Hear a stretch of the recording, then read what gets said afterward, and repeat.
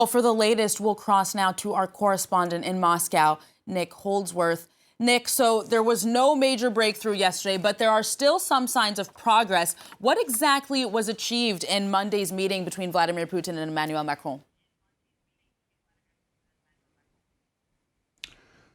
There was a commitment to continuing work on the diplomatic path. There was certainly a lot of talk about key aspects of how peace may be achieved, how de-escalation may be achieved. Both parties agreed that Ukraine, Russia and the international community need to support the Normandy format talks that resumed a couple of weeks ago in Paris. Those are the talks hosted by France and Germany involving Ukrainian and Russian negotiators. Both also agreed on a point that Vladimir Putin stressed several times, that the Minsk agreements, direct talks between Ukraine and Russia, those should be resumed. Now, those Minsk agreements have a couple of key points involving bringing the separatist leaders of those eastern secessionist regions to the table. Kiev has been opposing that.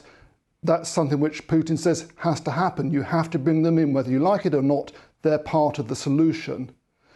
Now, we are just also seeing today, there's been a report in the Financial Times saying that the pair agreed that the Russian troop build-up in Belarus, those joint Russian-Belarusian troop exercises, Allied Resolve 2020, they've agreed that those will be de-escalated, that those troops will be pulled back when those exercises conclude on February the 20th. They start this Thursday.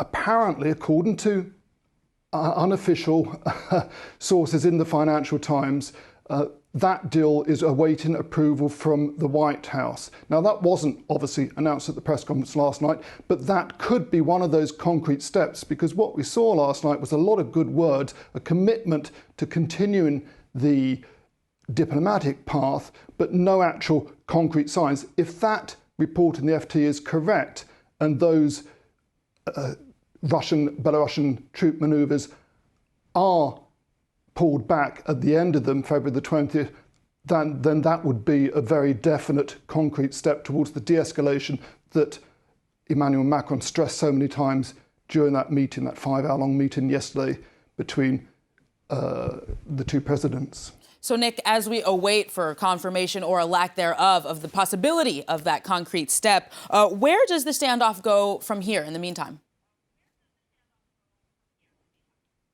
It's interesting that at the conclusion of that press conference very late last night, early hours of this morning in Moscow, Emmanuel Macron reiterated that he was going to Kiev today to talk to the Ukrainian leader, and he agreed with Putin that he will report back after that meeting. So clearly, his position now, Macron's position, is that he will take those points directly to Vladimir Zelensky, the Ukrainian president, and discuss those in Kiev today to push that forward. Now, I'm expecting, it's not been announced, but I'm expecting that he will be pressing Kiev on that key issue which Putin raised. Let's look at the talks with the separatists under the Minsk agreements, which Kiev has been resisting. The other point that Putin made very clearly, which you teased in the headline there earlier, was that it's NATO moving towards Russia, not the other way round. Now, that begs the question, the status of Crimea. I think he's after having Crimea officially recognised at some point. All right, Nick, well, we'll have to see how that progresses as the French president prepares for his meeting in Kiev. Thank you very much for that update out of Moscow.